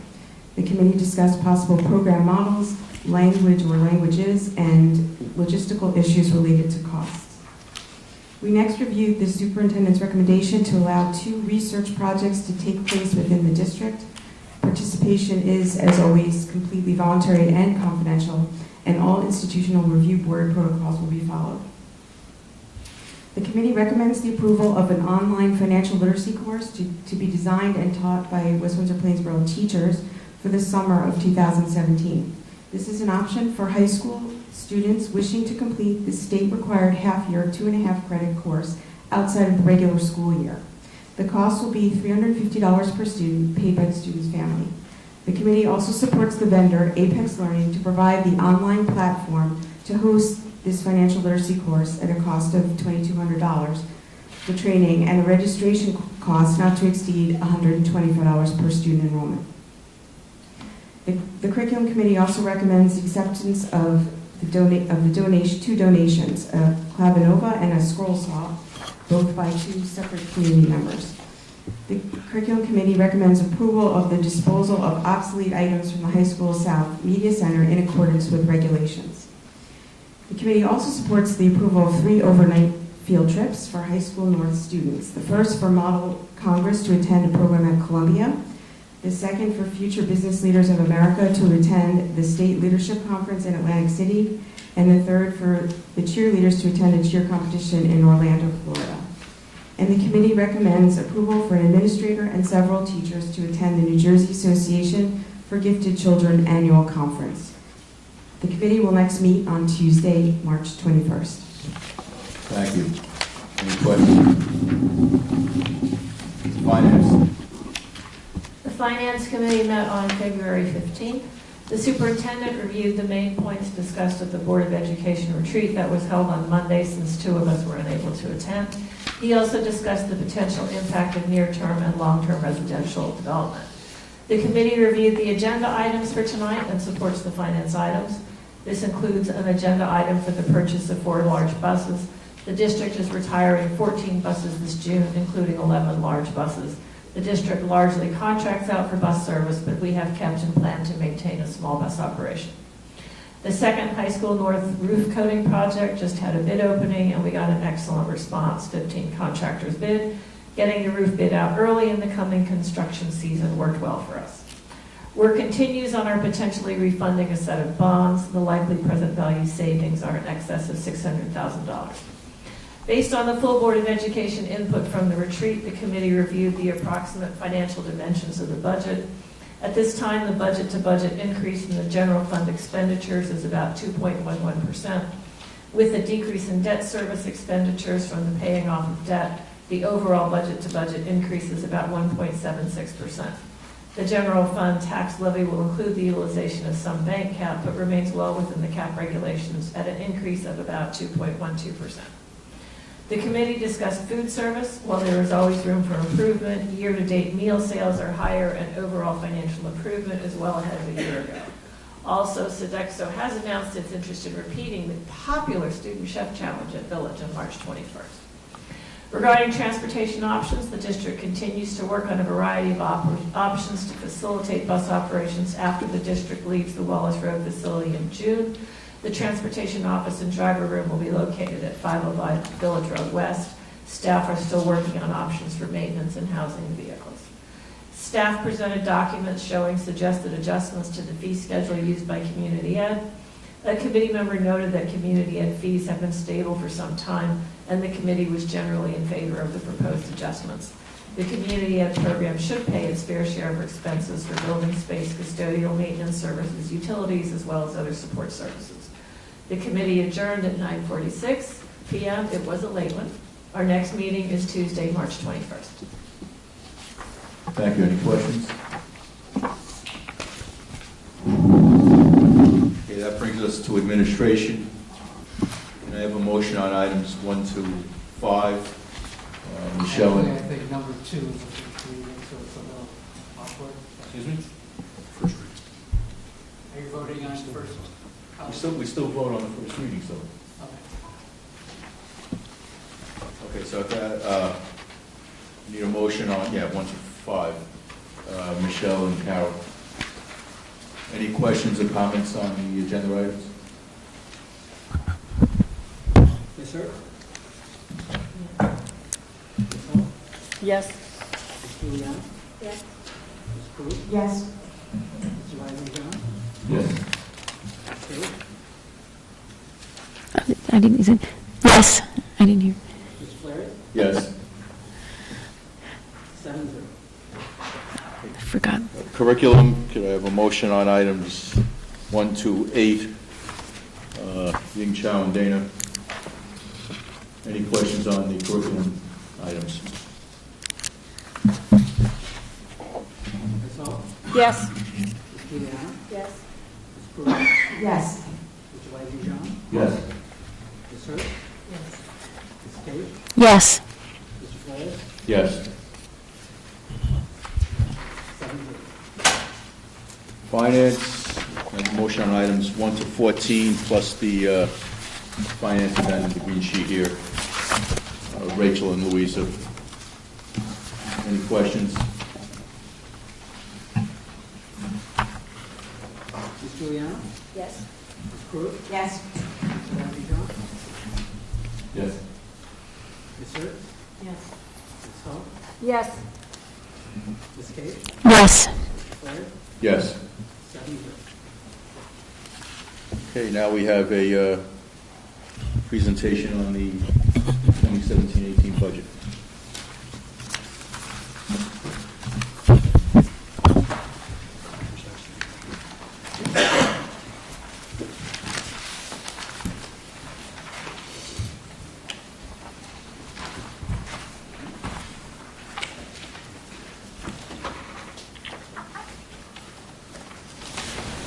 Thank you tonight. It's been a while since we've had a conversation concerning the budget.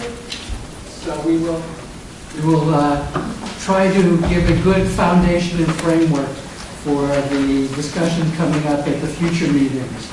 And in fact, should be noted that the board has had 2 retreats which focused heavily on the budget, and the administration is working to make the budget materialize from those discussions.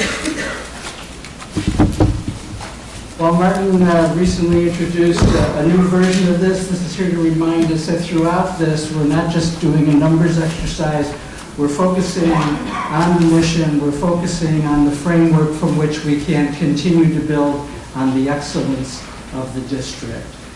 We generally talk about these various dimensions, so I won't bore you with a repeat of the usual words, just remind you that these allow us to focus on a number of things. One, a multiple year perspective, and the fact that it pretty much focuses us in over a dozen years now on, while building on excellence, reining in the rate of growth of the cost of the achieving that excellence. And we'll see some evidence to remind everyone of our relative success at doing this. One of the things that goes along with this reining in of cost increases, again with the multiple year things, you have to focus on those budget items that are seeing growth pressures and balance that with constraint in what is done other places in the budget. So we'll be talking about some of that more tonight too.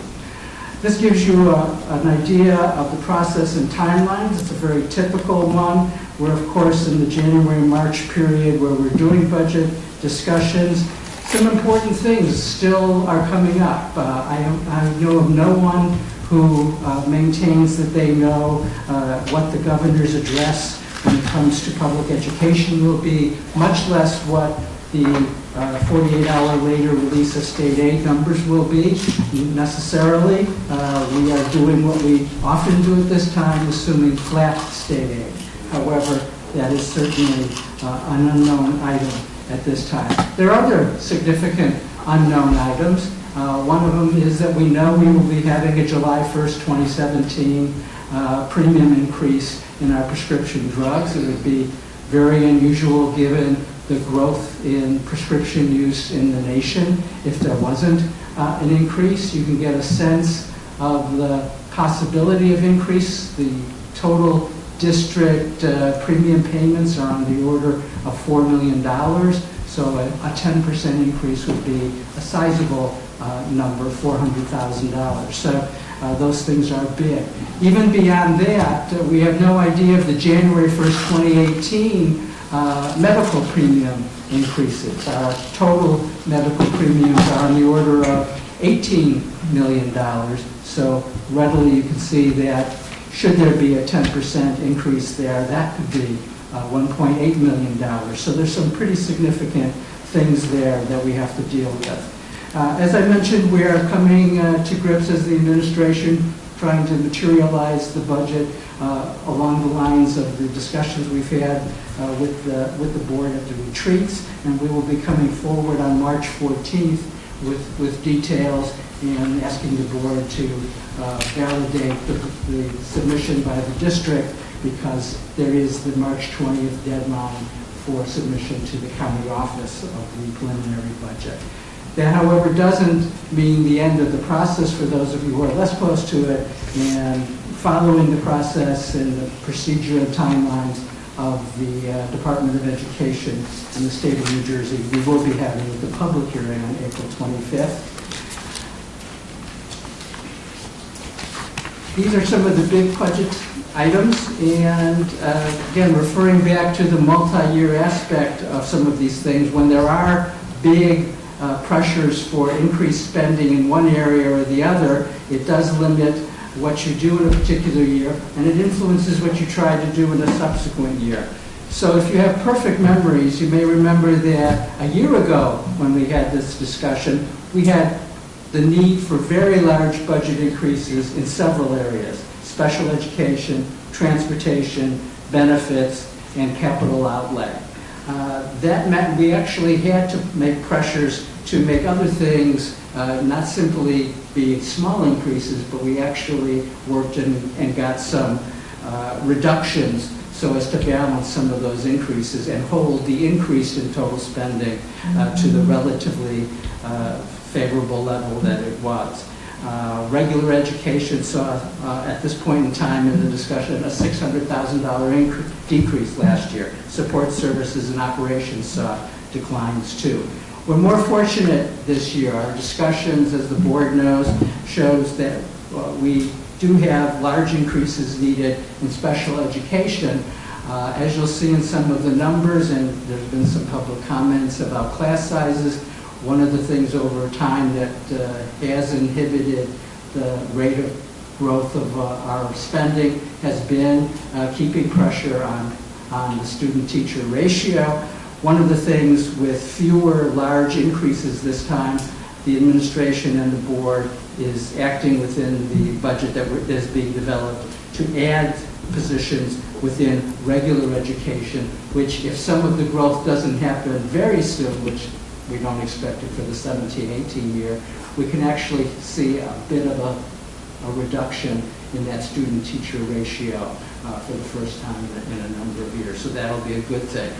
In addition, we're planning to see smaller but increases nonetheless in some areas such as co-curricular support services and capital outlay. So we're looking forward to all of those things developing in this budget and balancing some of the things we had to be more constraining with. Going to broach a always debatable area, so I'll preface this with this is Larry Shamrock's opinion. When you talk about the top 40, 50 school districts or high schools in the state of New Jersey, you're talking about pretty good groups. So everybody who does a rating system picks some different combination or a different weighting and comes up with their own one, but you're still talking good folks. I'm not recommending the ones I'm about to show, but they're interesting because there's two things. A lot of people who do ratings just rate high schools, some just rate districts. Niche is fairly recent in putting out, and they've put out both on high schools and on districts. So this is their high school rating, and you can see there are two high schools rated fairly good.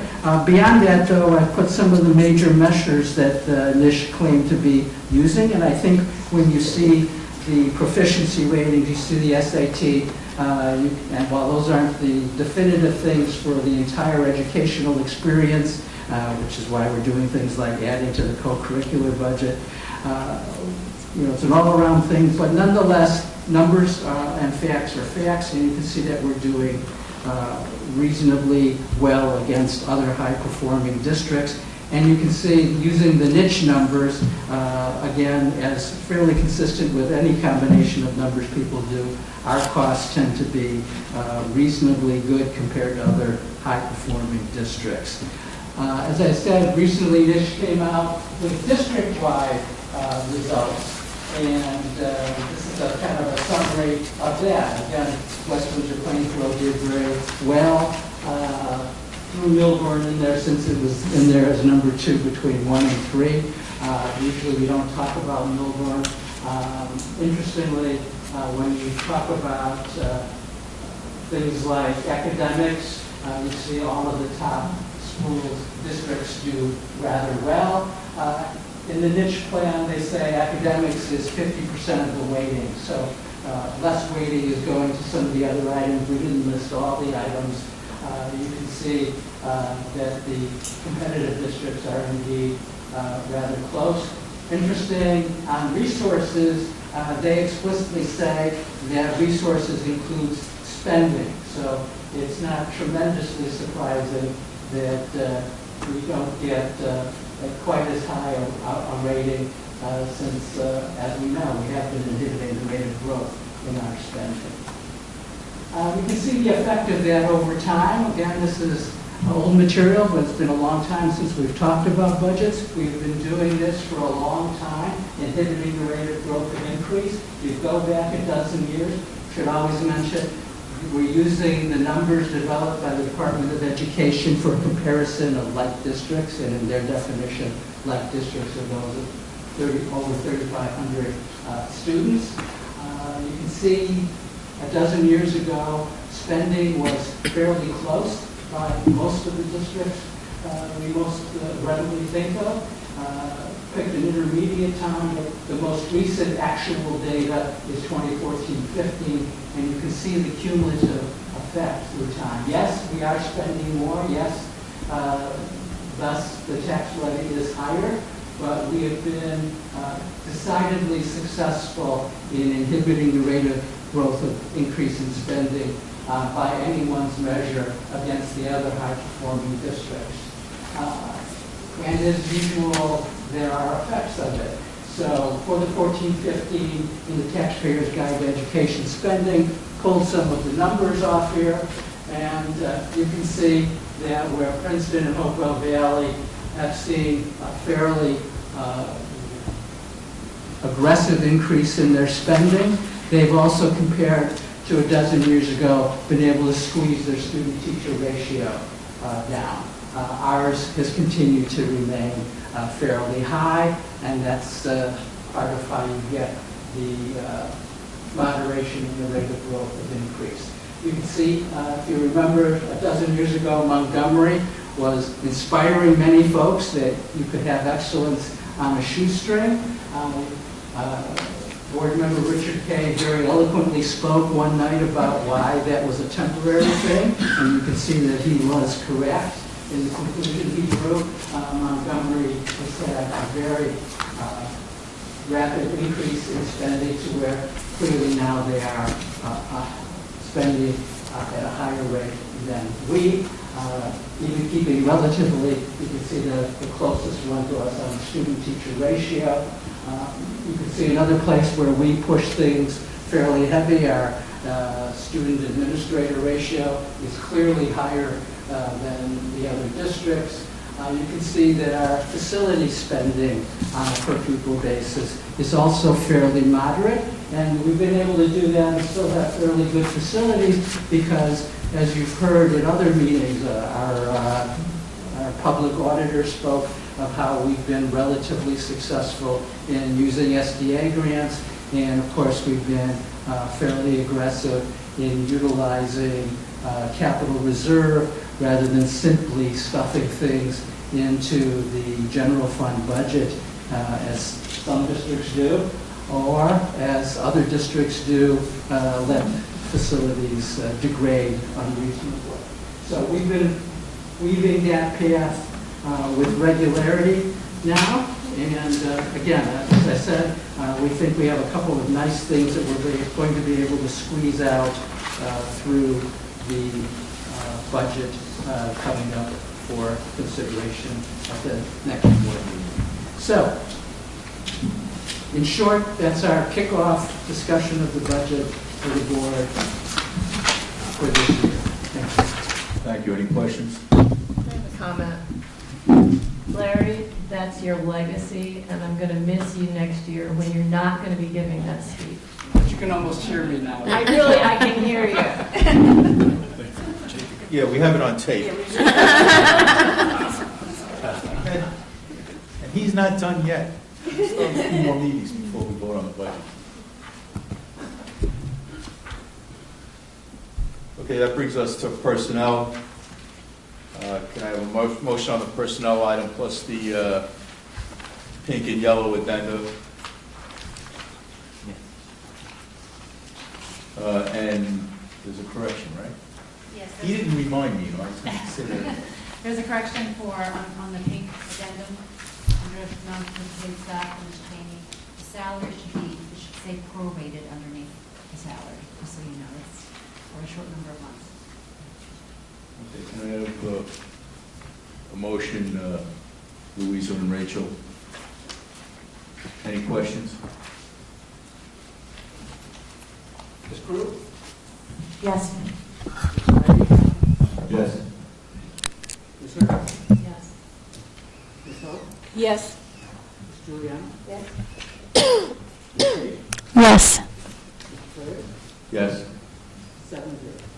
Okay, I want to announce 2 retirements tonight. We have Audrey Courtney Quinn is elementary teacher at Village, is retiring after 22 and a half years of service with the district. And almost at the end of an era with Larry, Kate Bertram, as administrative assistant to the assistant superintendent of finance, board secretary, and assistant board secretary, is retiring after 25 years with the district. Kate's, people who've worked in the district, board members, keeping us straight on all our training and everything else we need. Kate's going to be missed.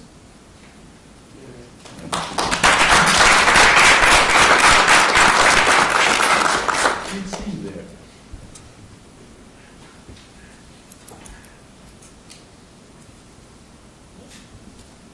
I can have approval of the minutes. Can I have a motion for the minutes? Carol and Dana.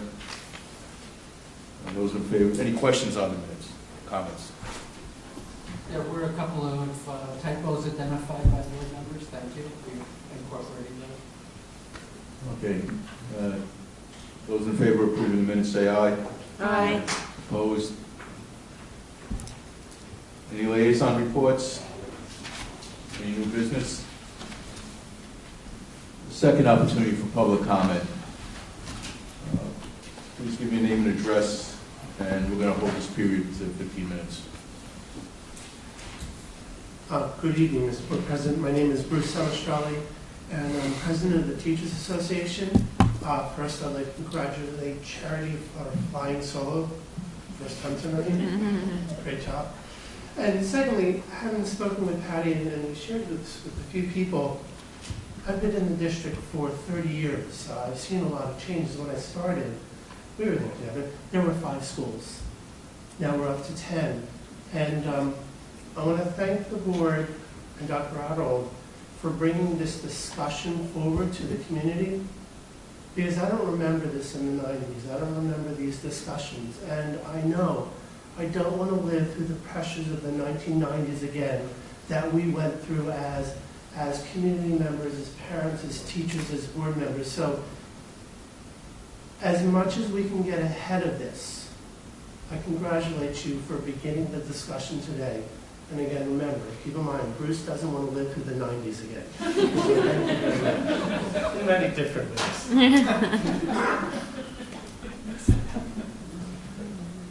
Thank you. Anyone else? Okay, can I have a motion to adjourn? Oh, just one thing to address. Just wanted to address one comment from the public.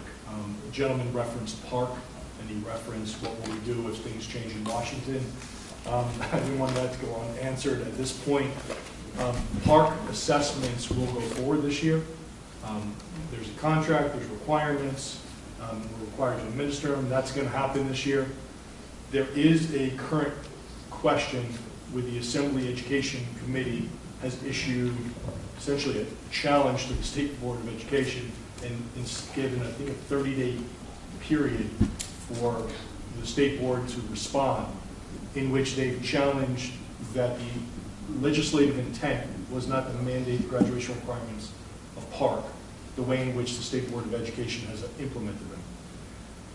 Absent the State Board taking an action, it is possible that the state assembly could take an action. So we'll have to monitor that. What that really means is just about how park will be utilized for graduation.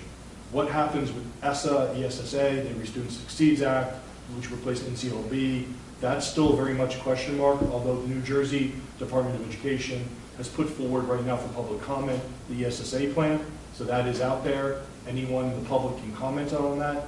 We've sent an e-blast out to parents and community members last week to notify you of your right to comment, as we were asked by the department to do so. Where that will ultimately go, we don't know. But when it comes to park and graduation, please know that for any student, as of today's rules, in the class of 2020, has to take every section of the park. Class of 2021 has to take and pass every section, and they have to pass Algebra 1 and LA 10. That is the current state graduation requirements adopted on August 3rd, 2016 by the State Board of Education. That is why the Assembly Ed Committee is raising concern and said that what was desired is not necessarily what was enacted.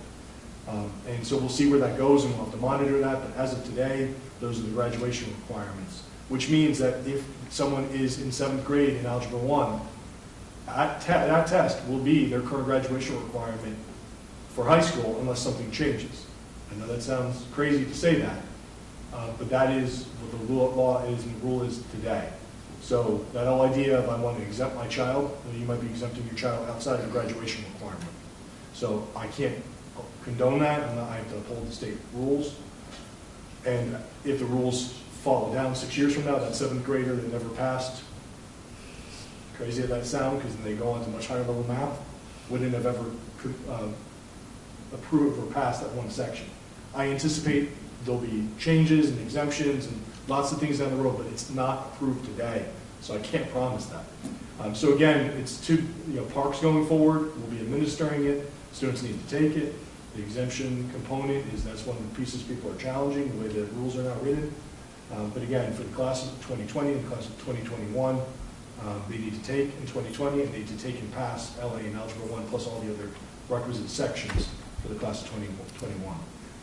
It's a lot, but stay tuned to that. The other thing Larry mentioned, and it's just really important to emphasize this, the governor's address message on February 28th, and then the subsequent release of state aid numbers will have huge bearings on our budget.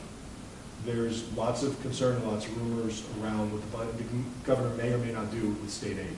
So it's just important for us to be paying attention and being mindful for the potential impact to school districts, not only in West Windsor-Plainsboro, but our neighboring districts and sister districts around the state, as there could be significant changes in the potential way formulas enacted.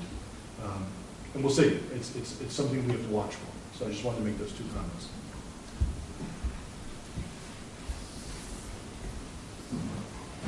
Okay, I have a motion to adjourn.